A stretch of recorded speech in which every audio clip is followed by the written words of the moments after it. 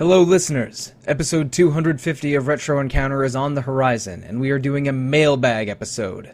Please send emails to the address retro@rpgfan.com, and on episode 250 we will read aloud and respond to as many emails as we can. The questions can be whatever you like, but we especially want recommendations for games to play on the podcast, because we will be choosing one game suggestion from episode 250 for a Retro Encounter episode later this year. Now here is the latest episode of Retro Encounter.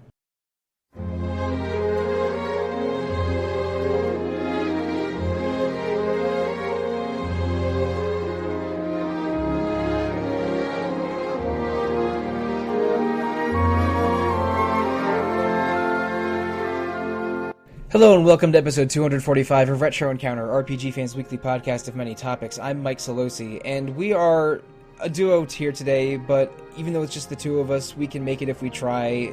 Greg Delmage. Thank you very much. We will make it, because we will try. Greg, I'm just going to get right to the point. About a year ago, we did 2 episodes on Trials of Mana, the Super Famicom RPG known as Seiken Densetsu 3, nowhere else in Japan and nowhere else for many, many years. But it received an official port in 2019 after being available in a bootleg unofficial translation via, scandalous means for about 15 years before that.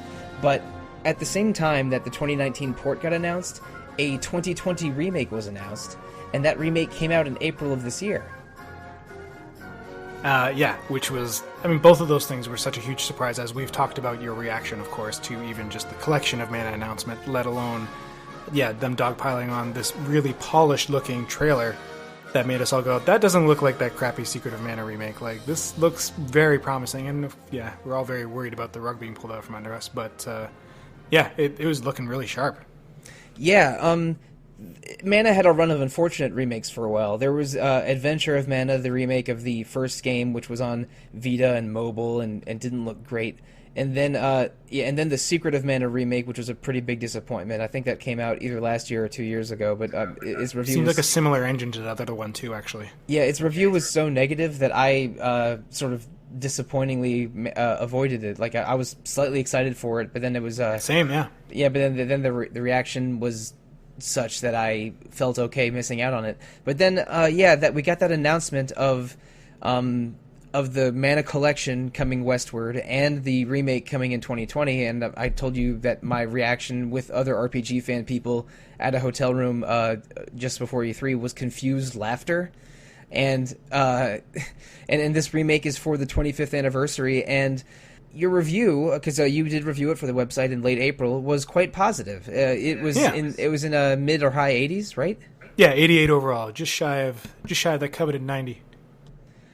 And so, Greg, it can be in the context of your review or outside of it. What was your individual experience playing this? Like, as you played it for review, what was your impression of the Trials of Mana remake, and sort of what happened in your playthrough? And I should mention, this episode is Trials of Mana Revisited. We are talking about Trials of Mana, again, mostly this 2020 remake in the context of having played the original 1 year ago.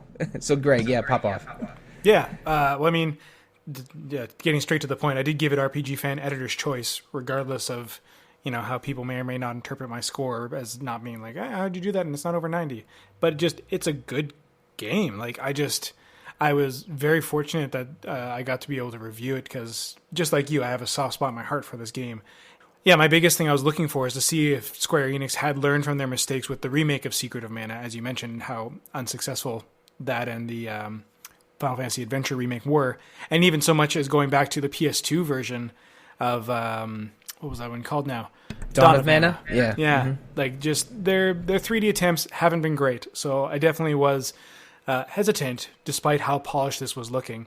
And it's funny, too, actually, back when we watched the trailer for the original one at E3, Gwen, I think she had seen some playthrough stuff of the Secret of Mana remake, and she was always just like, what the heck's with this game? Because it's one of the first RPGs she actually ever beat. I think her and her dad beat it together.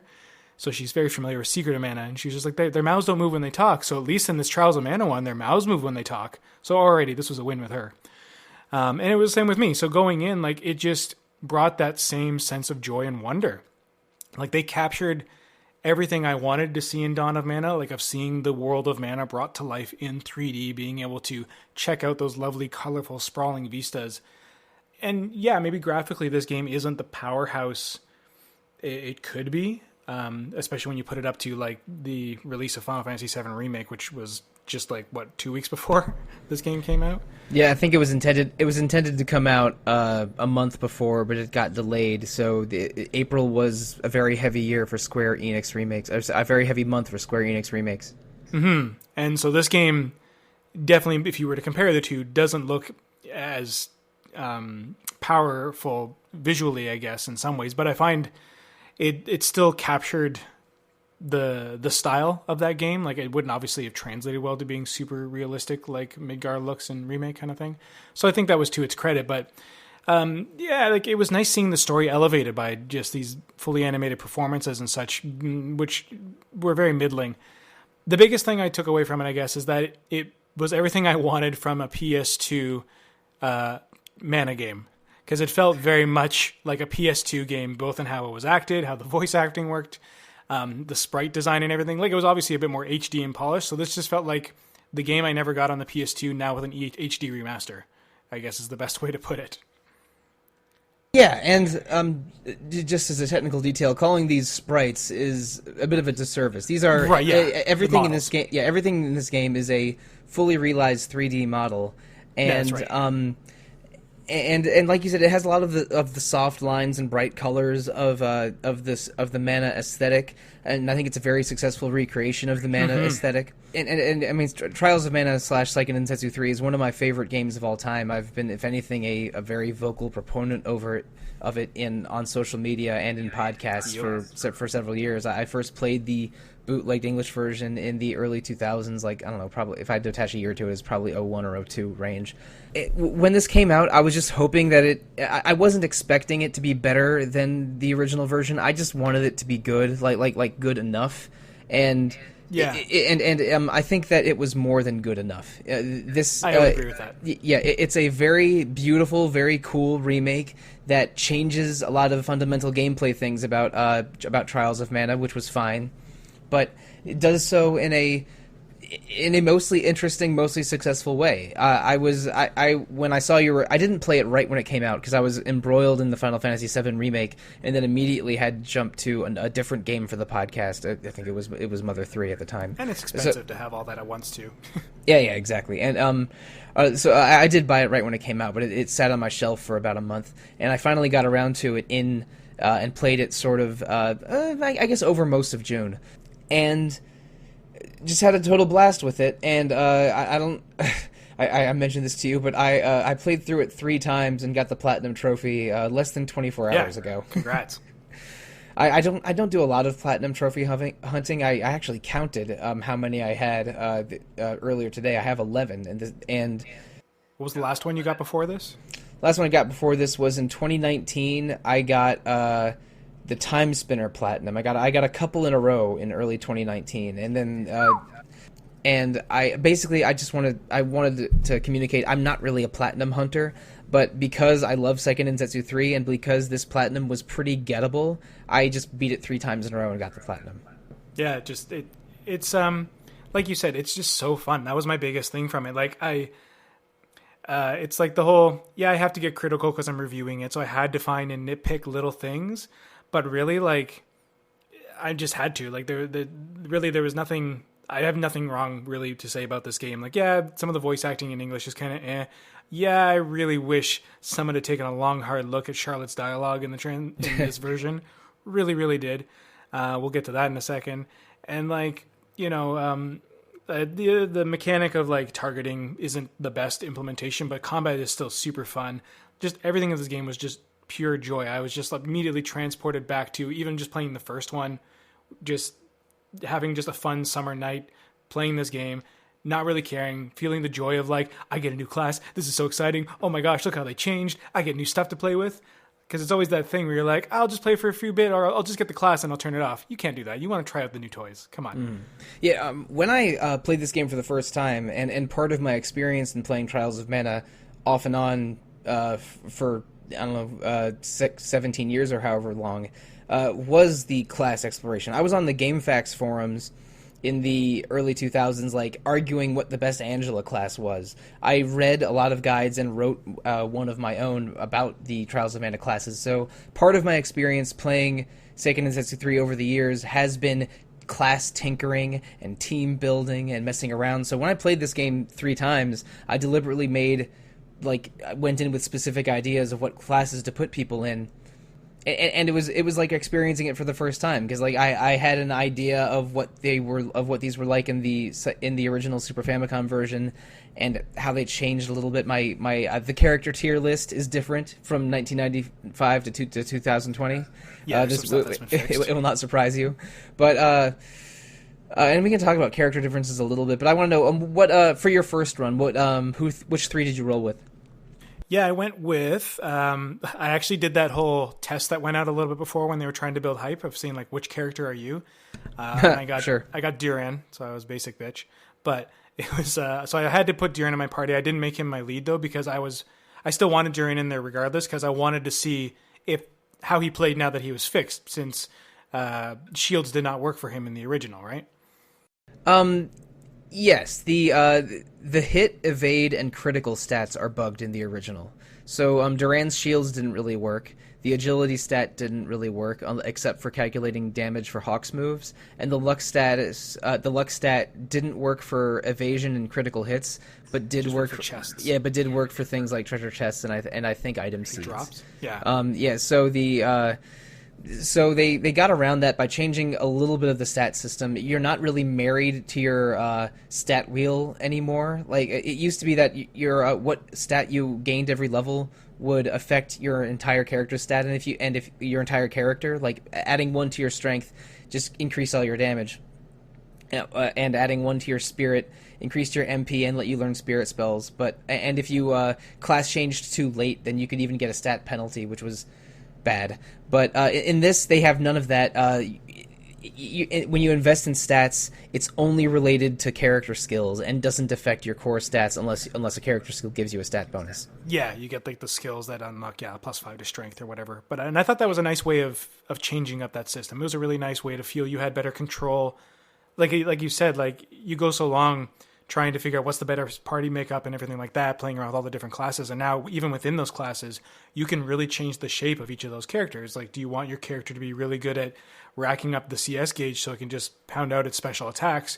Or do you want it to focus on being a really good healer or whatever, right? With all these interesting abilities and the chain abilities that you can trade amongst everybody else as well.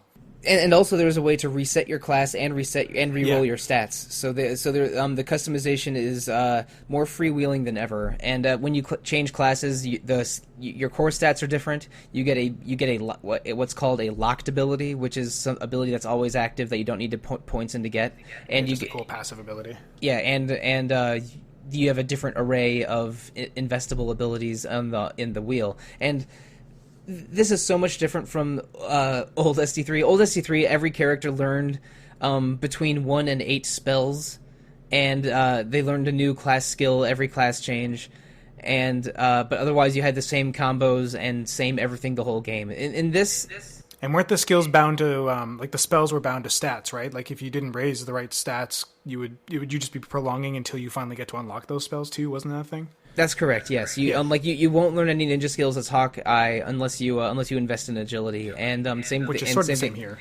Yeah, and it's the same in the new one, but it actually communicates like you can check the stat investment thing and say, you see the milestones. Yeah, exactly. And you don't see those milestones in old SD3. So in this, I think they didn't change a single spell or class skill. Like everyone learns the same class skills and learns the same spells in their classes, but they learn new skills for the 4th class, which wasn't in the original version. But everything around them changes, and it was so much fun for me to re-exploring that for the first time. But we've completely lost we sidetracked. Yeah, the main question. Yes, so I had Duran, but my main was Hawkeye because again, I wanted to see how he played now that his key abilities weren't broken. And I was surprised when I went in. I was like, oh, there's no agility, but luck is fixed now, so that helps. So yeah, I went Duran and I went Knight, Knight, and then Liege, and then his final 4th class. So I went all goodly. And then, I had Hawkeye, who I went down the dark route. So I went, what was that again? You probably know it by heart better than I do, but it's Ninja and then Nightblade? Yes, after Ninja, there's either Ninja Master or Nightblade. Oh, I think I went Ninja Master, actually. Okay. Yes, I did Ninja Master. And then I did Angela, just because I hadn't really played much of Angela, and I wanted a spellcaster in there with these two heavy, beefy damage boys. So yeah, and I went all light good with her as well, so Sorceress and then Grand Diviner, and then her final one. And I do like that I chose her at least too, because she was one of the better voice actors as well, and she has a lot of sass. So yeah. You know what? I played through the game 3 times. I listened to every character in Japanese and English. The Japanese voice track is a little better, just because I think they probably they probably just put a little bit more effort into it. But I think that you chose well, because I thought Angela and Hawkeye were probably the 2 best voice performances in the main cast. Yeah, I can argue that. Like some of them were. At best stilted is what I would call Kevin's. Charlotte's voice actress, I think just the script for Charlotte was bad, because she did good, but she had nothing to work with. Yeah, that vocal affect of calling all L's and R's with a W sound to try and sound cutesy was just annoying. But the voice actress, I think the voice actress softened that a little bit, and if anything, deserves some credit. And like in the Japanese voice actress for Charlotte does a lot of cutesy affixes and refers to herself in the third person, and a lot of like annoying cute little girl things that I don't love. And so the localization I found it more tolerable though. Yeah, the localization was fair. It doesn't mean it was a choice I enjoyed. But Angela being very sassy, very so sometimes kind of a bit of a rude girl was fun. When you're going into town, and if Angela's not your main character, she's almost always either complaining about where she can sleep, or she's waiting at the inn saying that she's going to take a nap. It was very amusing, and especially when you find her napping originally, it's totally her MO. Yeah, that's true. Yeah, like you find her sleeping in Jad if she's not your main character, which is so they were very consistent with her. And again, I thought Reese was a little stilted. I thought Kevin was not great at all. That's an affectation that I wish they had done away with, because it makes no sense when every other Beastman seems to be perfectly eloquent, and then Kevin for some reason got hit in the head or something and just can't speak properly. Yeah, like the Beast King and Ludger speak with growls, but otherwise speak with perfect or normal erudition. But Kevin speaks like a caveman, and the growl just made it, and the growl just made him sound constipated. It was not good at all. Like the 6 main characters got a lot of dialogue, because they're in the main story. There's a lot of battle dialogue. There's a lot of just walking around town or visiting a town for the first time dialogue. The Kevin dialogue I thought was actually sort of funny, because he's always talking about that ship was smelly. I wish we just swam here. Or he which I love his intro where he doesn't take the boat, he just swims. Yeah, and he really enjoys seeing snow for the first time when you go to Alront and stuff like that. Yeah, I like those little additions that they added with the combat chatter, and like even when you're on the boat and they kind of do a recap of like, here's where we're going. It made the characters feel much more real, which I mentioned in my review. Like I love those little bit of embellishments. I think were a good choice. There's more dialogue in this game than in the original, and I think it lets you get a better idea for the character personalities, which are great because I love all 6 of these characters, even Charlotte, who's my clear 6 out of 6. But they also clarify some story moments a little better. Like we're jumping ahead a little bit. Like in the original game, if you do the Hawkeye Reese path. The Demon Prince looks a little bit like Elliot in the face area, and having them capture Elliot made me wonder if the Demon Prince had turned into, or Elliot had turned into the Demon Prince or something, because there was a bit about him dying and coming back to life, and they make it clear in this one, oh yeah, we captured the boy, and after I'm done with this body, I'm gonna make him my new vessel. And it's like this, it's more clearly communicated and makes it a little scarier, raising the stakes for poor Reese a little bit. And on a similar note, it's unclear if if the true queen was under mind control or not, and what her attitude with her daughter was, and just getting more dialogue between Angela and the queen, if you're on the Duran Angela path, just clarifies everything. So that there's more dialogue. Yeah, there's more dialogue, and I think it's enhances the game rather than detracts from it. Yeah, and it really didn't add much for playtime. Like, I got the game, and I was working hard to get it out on embargo, and I think we were like a touch behind just after going through the writing of it, because this was probably the biggest review I've ever written, with just like sheer lengthwise. Like when I first got it out there, I was like 4,000 words. Cool, Hillary, help. And together we got it more concise, worked out the stuff that wasn't as necessary. Because it was a weird review because on one hand, we've never actually reviewed Trials of Mana on its own. We talked about Collection of Mana, but it only just got into the Collection of Mana review as a whole. So I had to cover a bit of that and a bit of how the story plays out and whatever, and then address some of the changes and then how things play out now. And it was just very challenging to ride both games in the right way. But yeah, so it was a monster to write and edit, of course. So it took a bit to get out there. But anyways, even with the additional extra little bits of dialogue and just that the cutscenes obviously have a little bit more to them now since they're fully acted. So you are wanting to possibly sit and watch as opposed to just mash through buttons as you read, possibly faster. And even then, I still clocked in, I think, at 24 hours when I beat it.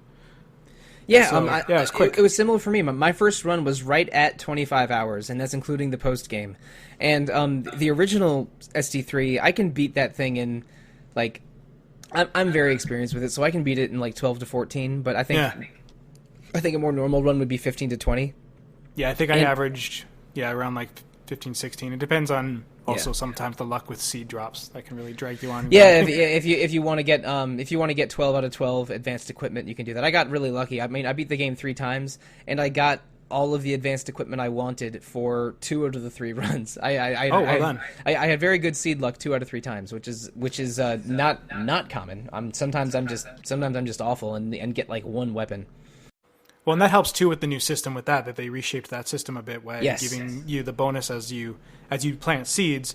The flower pots now level up to help you with your drop rate and also the growth rate, right?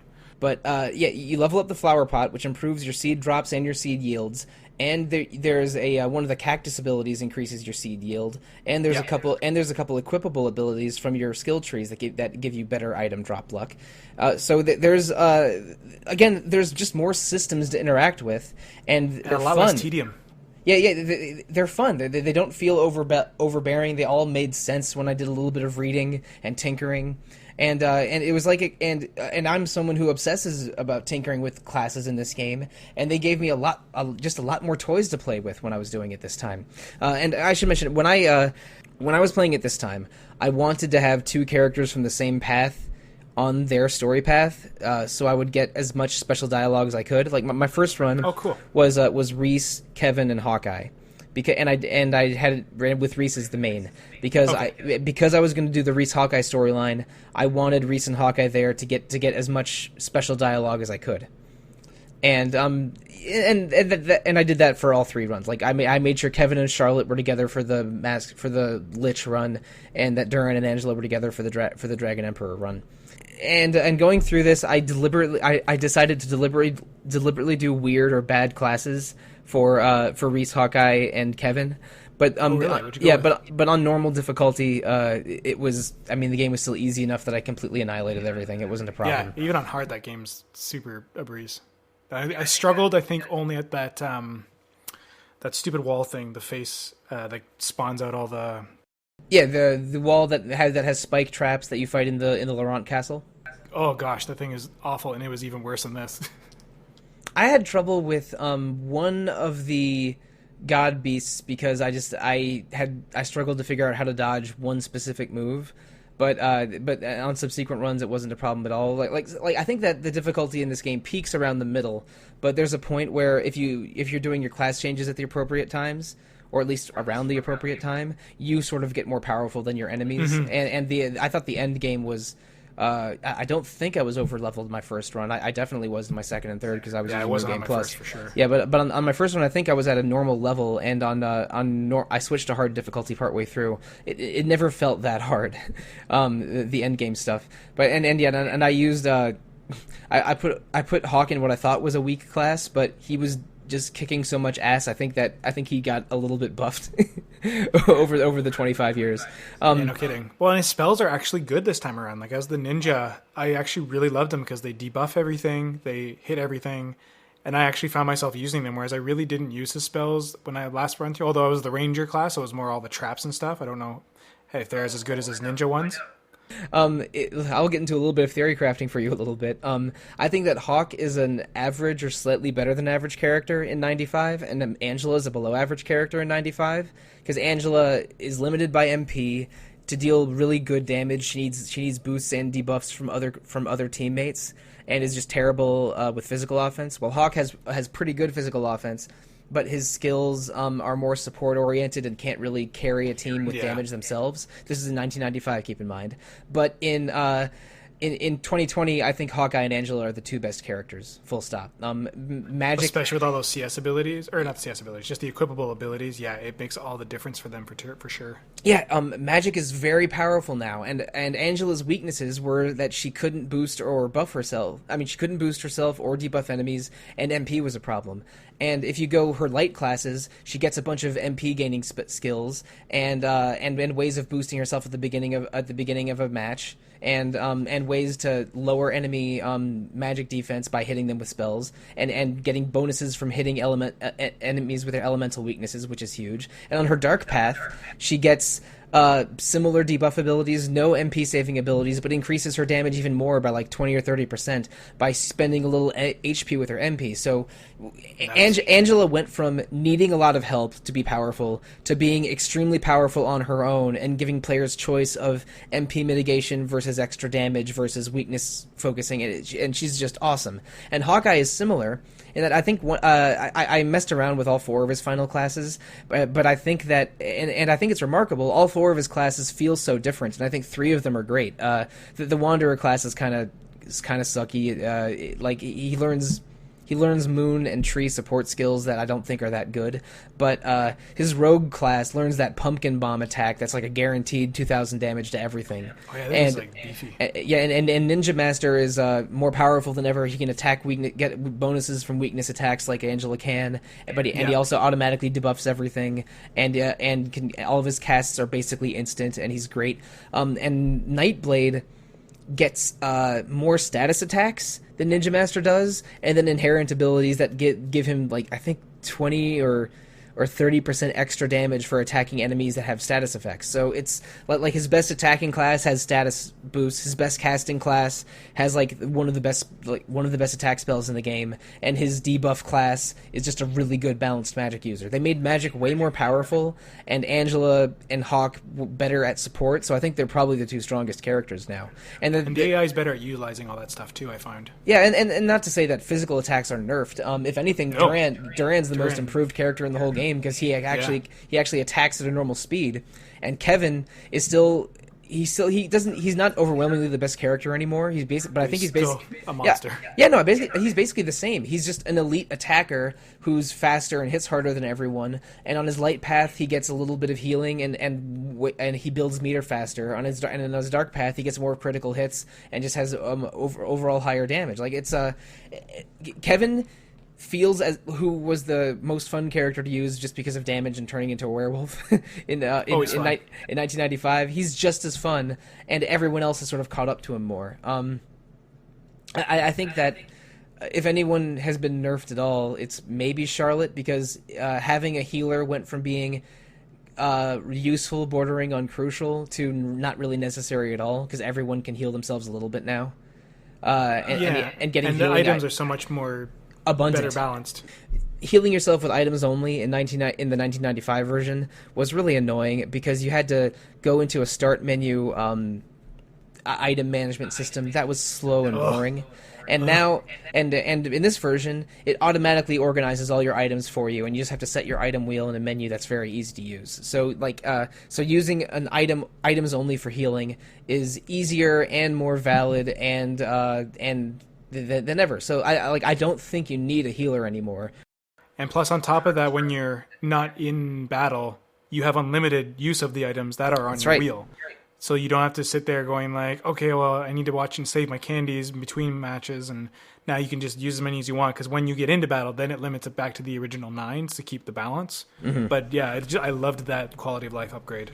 Yeah, it automatically slots them back into a 9 maximum in battle if you have enough in your inventory. So it basically does all the inventory stuff for you automatically, except when you're setting your wheel, which is great.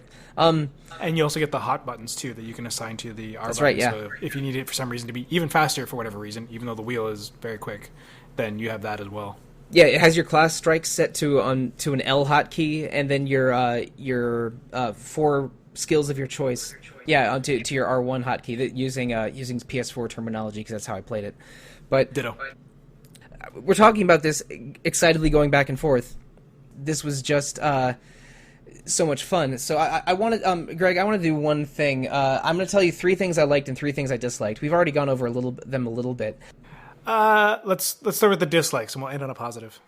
Voice acting and animations. The voice acting was occasionally stilted, occasionally okay, and occasionally just amateurish. I remember one of the mana spirits, like it was like someone's annoying cousin in a closet got a break or something. Like it was like some of the voice acting was bad. Yeah. The main characters were mostly okay, but overall I thought that the English voice work was below average for a good RPG.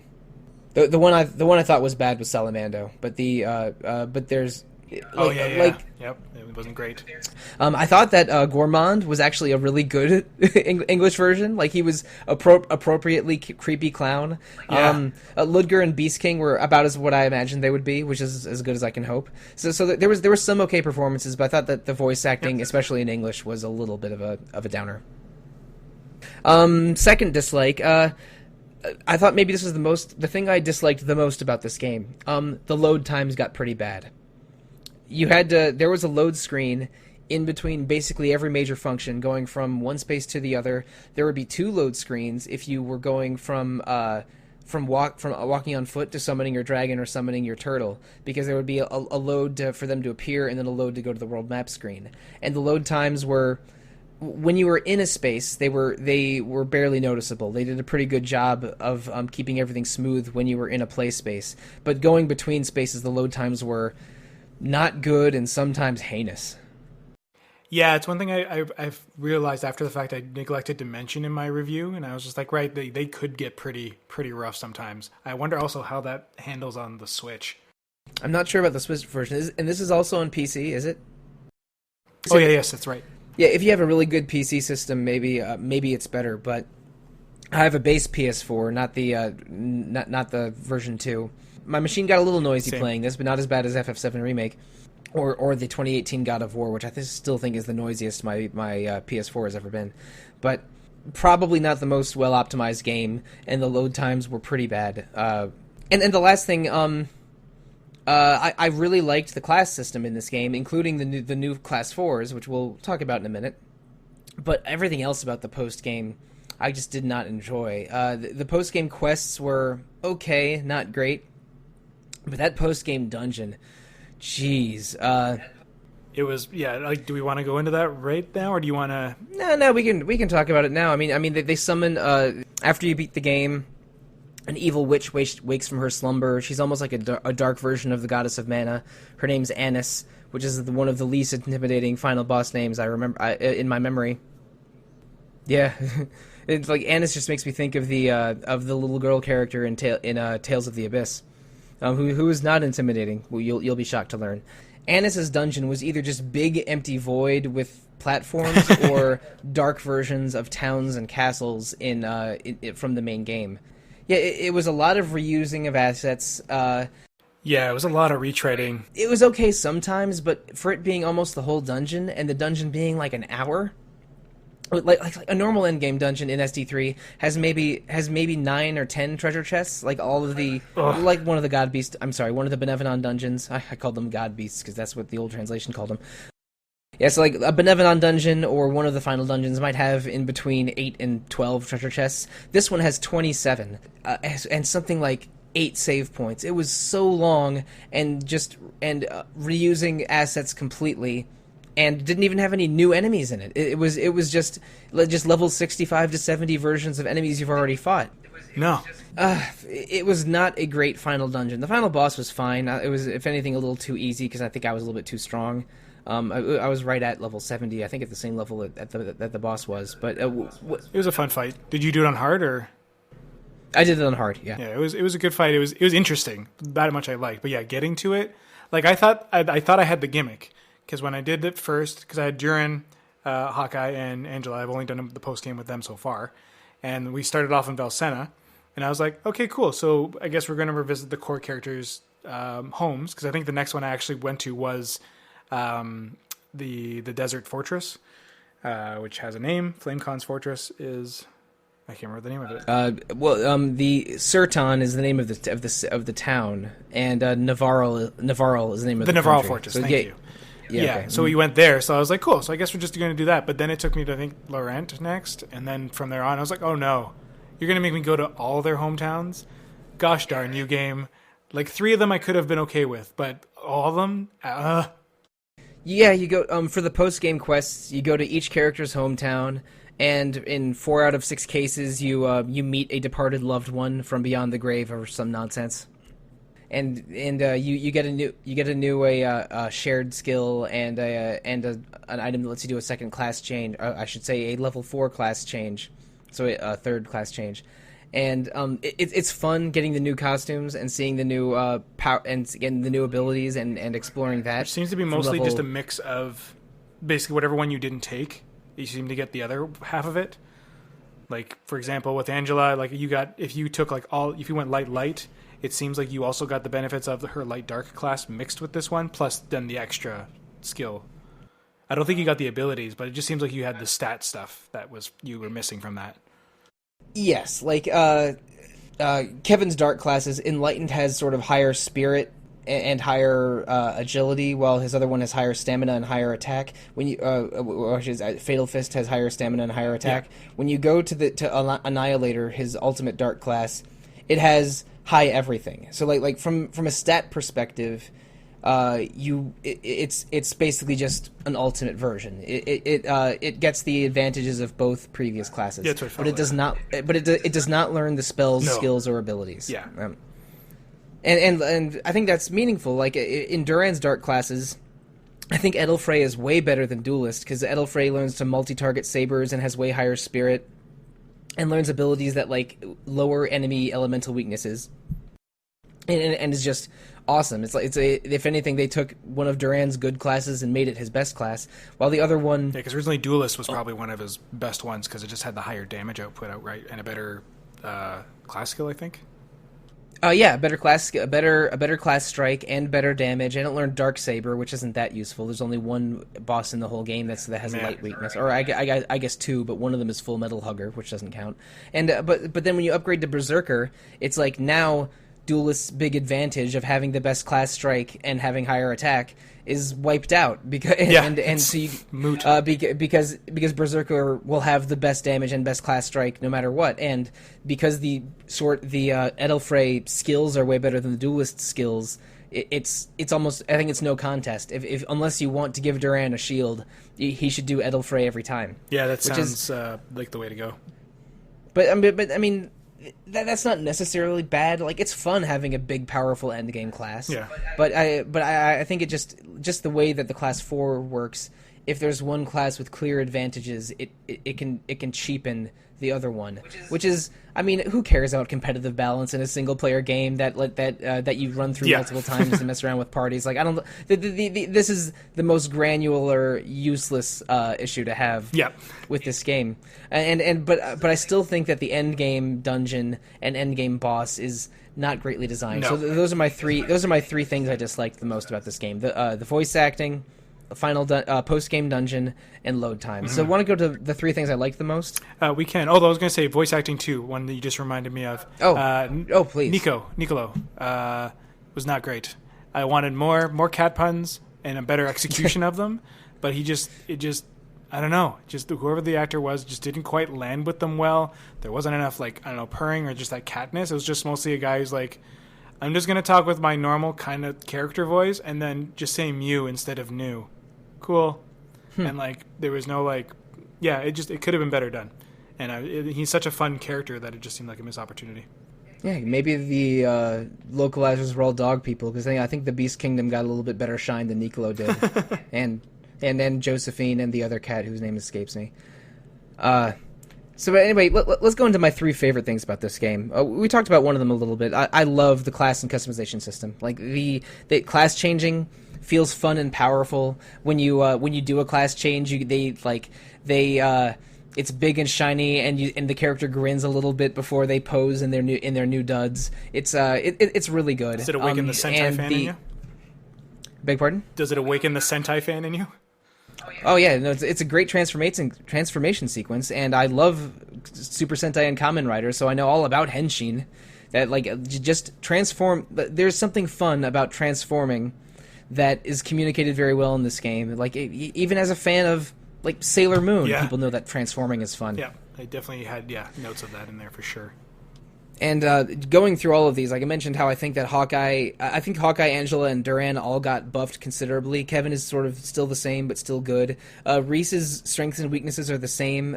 She has better offense and buffing on her light side, and better spellcasting and debuffing on her dark side. But I think that nice. I think she's a little boring. The best version of Reese is doing Star Lancer or Fenrir Knight, and just let her cast her support spells, which is not as fun as huge explosive spells from Angela or big martial arts moves from Kevin. And especially when the game's already easy enough as it is, it's just it seems like a moot point. I mean, it's fun. I definitely used a bunch of the items now and again when I was doing the playthrough to boost strength and boost magic, but you just have to keep on top of that. So I can see it being very useful having a spellcaster in the AI to be able to do that for you instead. But I mean, you're already wrecking things pretty straightforward and easily, so it's yeah, I get where you're coming from.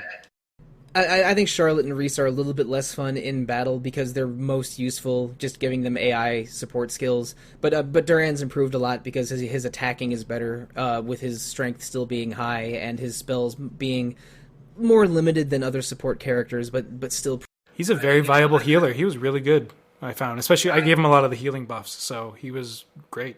Yeah, I used Duran for one run and made him the Edelfrey class that was my favorite class 15 years ago, and just felt great. Oh wow, this is the best version of Duran I've ever played. So I think that Duran, Angela, and Hawkeye got buffed. Reese and Charlotte are a little less fun but still good, and Kevin is sort of the same but still great. And anyway, in classes and customization, I had so much fun. That was one of my 3 likes. If I can ask you about that, because a question, because you actually did take advantage of, with your playthroughs, changing your classes, going back and undoing and then changing to a different path. Did you do that for all your playthroughs? I did it for every character. You accrue items called goddess scales that let you reset to the beginning, and I would use the goddess scales, reclass everyone, take a different class path, mess around a little bit, and then reload my save so I didn't lose the goddess scales. Because I think you only get 5 or 6 in one playthrough. And I checked out every class. I have some strong thoughts. Charlotte's one of her best class used to be Bishop, because it was just the best healer. But now healing's not as important, so I think Sage is better than Bishop now. Hawkeye plays differently in all 4 of his final classes, or all 4 of his level 3 classes. And I think that Wanderer is the worst one, but the other 3 are great. Angela, I think that I think that all of Angela's classes are good, but Archmage is kind of weak because Grand Divina is a better version of Archmage, and her dark classes have different strengths and weaknesses than Archmage. I think that Duran's best classes are probably Liege and Edelfrey, and I would never take Duelist over Edelfrey unless for variety's sake. I have new opinions. Cool. I enjoyed it. Yeah, I have new opinions about these, and I experimented with basically everyone, because again, I'm going to call it ST3 probably my whole life, but I was experimenting with Trials of Mana classes again, because that's something that I get a lot out of playing this game, and I was excited to experience new versions of these classes that I already know very well. So when you unlock the new classes, then one thing that happens in the game that they added in is that you can change your look back to what you've unlocked. So if you go through and unlock every single one, do you just have free reign of all the costumes then? No, you only have the ones in that chain. Oh, so when you reset, you lose the other ones. Yes, if you're in class 4, your 4 costume options are the 4 classes that you have in that chain, which will always be your starting one and your final one and the 2 in between. Which gets into one of my other likes. My first favorite thing about this game was classes and customization. The second thing was you can customize your character looks now in 2 ways. You can choose any costume that you've unlocked in your class path, and character weapons are visible on screen. They're so always love that. Like, again, this is something that's not new. Like, this has happened in Final Fantasy games since reasonably since FF7, where you can see it on there in battle all the time. But I always get a kick out of a character's weapon appearance and armor appearance changing when I equip them with different things. And that was something that was not in 1995 Trials of Mana, and is here in spades now. And the end game weapons are sort of a little cool and have unique models. And if you think that, Angela looks a little bit too slutty as a Magus, which I kind of did. She almost full moons you if you dash in the Magus class. You can go back to one of her previous costumes, and just that those options are really cool. And I think they did put effort into the costumes. Every character has the character design work is fantastic. 1, 2, 3. I guess it would be 1, 2. I guess every character has 9 costume options with a base class, then 2 level 2, then 4 level 3, then 2 level 4. So everyone looks so good, and being able to play with costumes and weapon appearances is just great. I had so much playing dress up is a little bit fun in this game. Yeah, and you get the shield too, which was kind of fun too. I like that as well. Yeah, the shields look good on Duran. Even Gwen remarked right away, I think, when she periodically came through as I was playing, but she didn't really sit down and watch it yet, and she hasn't gotten to playing herself. But she was saying like, "Oh wow, that looks so much better than them just changing their hair color and stuff." Oh yeah, the hair color doesn't change anymore. Everyone keeps their old hair color, but the costumes are way more elaborate. Yeah, it's super cool. I agree. Like it's fun that you get that little extra bit of change. I mean, I didn't always go back, but it's kind of fun that you get to play around with certain ones. And yeah, the design work. Again, I remarked even in the NPCs there was a lot of work put into the variety. Yeah. It wasn't just like the same 4 NPCs in every single city with like a palette swap. Like some of them had different accessories and stuff. Except for the dancing merchants, who are perfect, yes. Always. Yep. I welcome them keeping the dancing merchants. The character models were pretty good, and I think they really put effort into the looks of the 6 main characters. And the silhouettes are pretty different. Like looking at Reese's final 4 classes, Vanadis is sort of golden Valkyrie. She has full tights. She with more covering on her armor. Starlancer is kind of magical girly. Her armor sort of floofs out like a skirt, and it has like star details, and it looks kind of like a magical girl character. But the Dragon Master class almost looks the most like her base class, but with sort of more dragon flourishes and cooler looking armor. And so Fenrir cool. Knight. Fenrir Knight is her skimpiest level 3 costume, but also has a wolf pelt wrapped around her shoulder and looking asymmetrical. And this is consistent with the character art from the menus in 1995. Yeah, they brought that stuff to life. Yeah, but they brought it to life. The silhouettes are different. They look really different instead of being just a palette swap, and that's very powerful. But I mentioned the 2 of my favorite things about this game. The third favorite thing is just. It's a very faithful recreation of Seiken Densetsu 3. They changed the things that needed to be changed and kept the things that didn't need to change. Like, all of the town layouts are almost exactly the same. It's, just like angular or something, right? Yeah. Yep. Part of the reason this game is longer, like it's 25 hours instead of 15 hours, is because there's so much hidden stuff around the towns now. Super fun. Yeah, there are little golden spots to pick up and treasure chests where there weren't in the original game. But otherwise, and the little jars to shatter as well. Yeah, exactly. But otherwise, the environments are very faithfully recreated. But some dungeons that just sucked in the old game, that were just labyrinthine and all the halls look the same, are much more fully realized dungeons that look and feel like part of the whole, but still fit with the whole look and feel of the game. This game went from having kind of bad dungeons to a few really good ones. The layouts, environments, and good parts of the world of this game were recreated incredibly painstakingly accurately, and the parts that sort of needed to be fixed got fixed, and that was so much fun to me. And I think the original SD3 has a great world map, and The world map is exactly the same, except now it's in 3D, landing points are clearly marked, and you can dash as Booskaboo. And you can control the view while you're on the boat. You can look around, so it's not super boring while you're just watching the boat go. Or you can skip the animation of the boat if you want. Yes, you can. Yeah. You can skip all the animated cutscenes if you want. This game feels like a PS2 game because it has 3-4 hit combos and 3D rendered worlds that are a little bit awkward to navigate sometimes, and like a fight box, so to speak. Yeah, exactly, and like when you are dropped into an encounter, a circle of battle appears around you, and the jumps are a little floaty. Like this is not a. Well, the platforming is definitely what makes those levels much more fun. Yeah. You can say what you will about how, exactly floaty and imprecise it can be.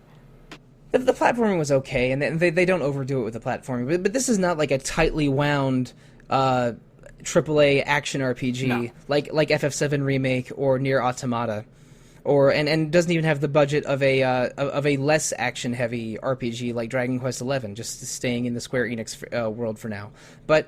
And also, this game was technically a budget title. I think it cost $50 instead of a full $60. So, and people say this feels like a PS2 game in both a nostalgic way and a slightly derogatory way, and I kind of agree because this feels like a AA budget RPG that's fun and cool. You can see where they played it safe. Yeah, they played some things safe, and this is not as expensive a game as a certain other remake that came out the same month. But it's still really good and hit my nostalgia center in my brain in just the right way. Yeah, and again, like it preserved most of the strengths of original SD3, fixed a few of the bigger problems with the game, rebalanced it, added load times that I don't love, added a post game that I didn't always love. But now it's more available than ever, better looking than ever. I can New Game Plus, which is great, and it's just as fun for like different reasons. Yeah, and really, I think if you add Flammy and Vuskaboo as sort of the 7th and 8th main characters, I love the main characters of this game. It's such a good cast. But the thing is, now when I feel like replaying this game with a different team or a weird team, I won't have to go back to the 1995 version. Now I have options, and it's very welcome. I would probably rate it higher than your 88, Greg, but I am not an unbiased observer with this thing because and that's okay. Yeah, which of course it's fine. But Trials of Mana is one of my favorite games of all time, and this is a remake that is mostly great, and that's more than enough. I'm so happy with it. And again, I mean, I beat it. Jeez, I beat it 3 times in 2 weeks. So, I of course I like this thing. Yeah, I think it's like I said, it's just so fun, and like it hasn't detracted anything from the original in any way, shape, or form. Like obviously, it tightened up some stuff that needed it, but I would still happily go back and play the old one any day as well. It's just what flavor do I want of my Trials of Mana? And yeah, I like the additions in the dungeons to make them more interesting. Also, like the hazards, I thought was a kind of a fun addition too. I wish they had been implemented like a little less obviously, but it still made things fun. Trying to get through the desert and you're like shifting sands, knocking you down into pits and stuff. Like, oh, that was really cool. And it made the world feel more lived in. Just when you go into each dungeon, like the monsters seem like they're less being there just because they're monsters. They're there because this is how they live. This is their environment. Yeah, it's a pretty persistent environment, and there's hidden stuff everywhere. Like I mentioned this and earlier, more puzzle stuff too now. Yeah, but the reason that a playthrough of this game takes longer is because I want to explore every environment instead of sometimes getting lost in the environment. There aren't that many treasure chests in original SD3, and there are so many in this game, plus 50 cacti to find. Yeah, the little cactus cameo is super fun little side quest as well, and very rewarding. Like the rewards you get can really shake up the gameplay. Like I'm doing my second gameplay. It's New Game Plus, so you get a lot of carryover from all your previous stuff. And one of the things that carries over is all your stuff you unlocked with little cactus. So I get like the experience boost. I also put on there's like a chain ability that gives you an additional boost from that as well. So just my characters are leveling up like nuts. I've done Jewel Eater and I'm already level 22. So I'm just like, give me that crystal. You also have improved maps. and some improved UI things from unlocking cactus items, which is really good. So yeah, like. And the new game plus is a little busted. Like when oh, for sure. I carried over one character from my first to second run. So so you could equip the same gear. No, you can't. You don't get to use your gear from the previous one? You can't. Well, you if you're the same character. Not exactly. Oh, right, because they have to be that class if you got the class specific stuff. Yeah. So when I brought over Reese from my first playthrough to my second, in my first playthrough she had a bunch of vanity stuff equipped. But not getting knocked back down to Amazon, she couldn't use any of her vanity stuff. She could use like a couple accessories that I had saved over because any class can use those accessories. Yes, and those are. But I basically had to build her arsenal up from the beginning again. Yep.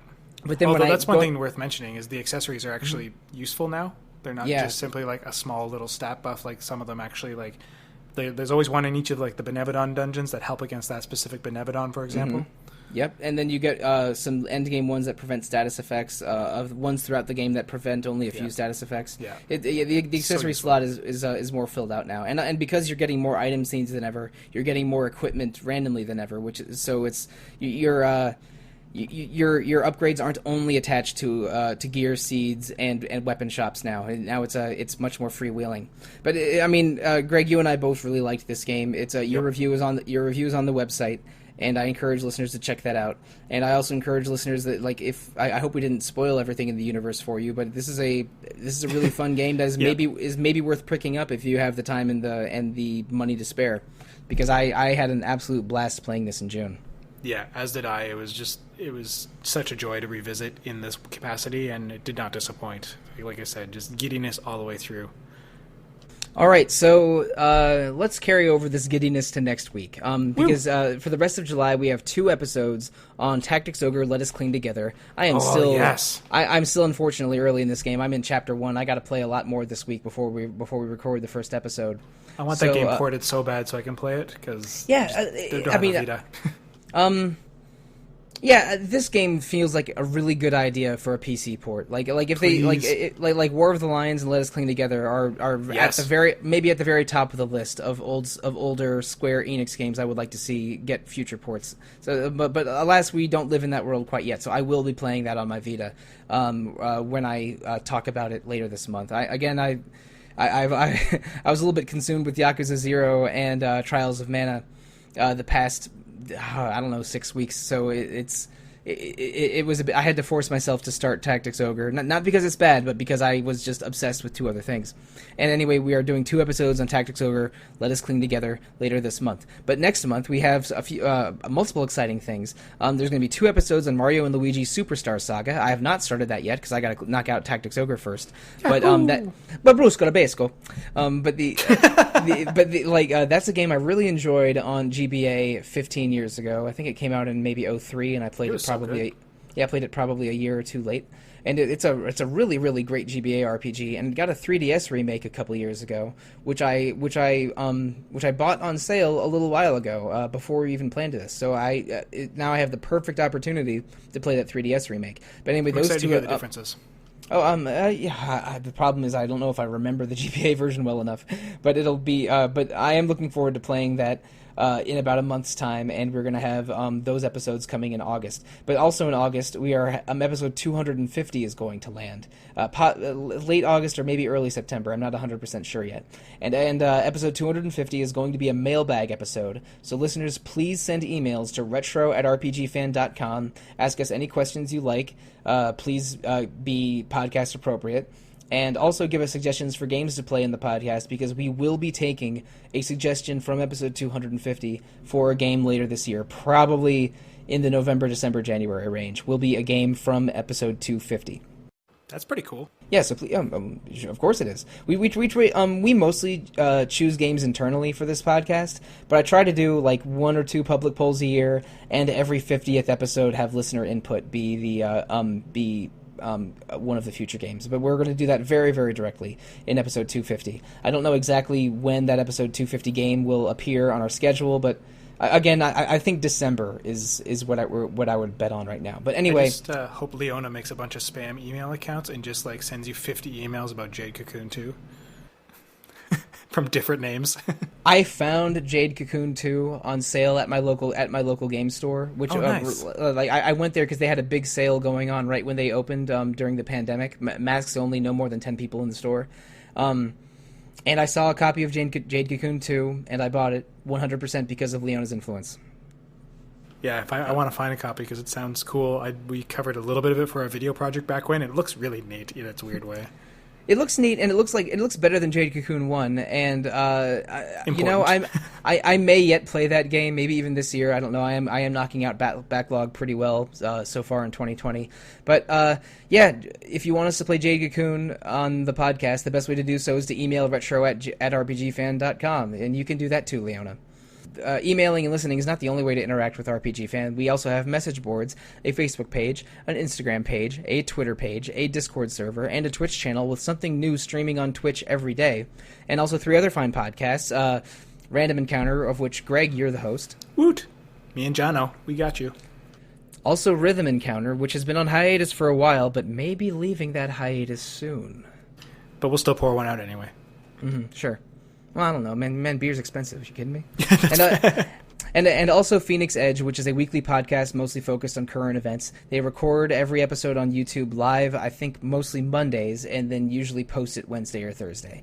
And you can review and rate and comment on Retro Encounter, Random Encounter, Rhythm Encounter, and Phoenix Edge on whatever podcast listening venue you use. So please listen and review to all 4 of us. We love feedback. We will take all the feedback we can stand. But, Greg, if a listener wants to provide you feedback directly, how can they reach you? I can be found pretty much anywhere as G Delmage on Twitter, and I'm G Delmy on our Discord. And also I do most of the work over at our YouTube channel with Keeping Up on Commentary there, which we have a video review of The Trials of Man if you want to see while you listen to my review. But yeah, you can reach me on any of those places. Oh, perfect, yeah. Please check out the written version and video version of the Trials of Mana review from RPG Fan. And if you want to find me on social media, you can find me on Twitter at TheRealMonsoon most of the time, at Evoker4Dogs other times. I post a lot about what video games I'm playing, and bad jokes, Japanese superheroes. It's not the best place, but it's the best place to find me. You can also find me on RPG Fan's Discord as Monsoon Mike. This is self-indulgent because this is one of my favorite games, and of course I wanted to do a 3rd podcast episode on it, but I think I can retire that PS4 copy for at least a little while longer. I got the Platinum Trophy, and I have other podcast games to play. Thank you, good night, and good luck.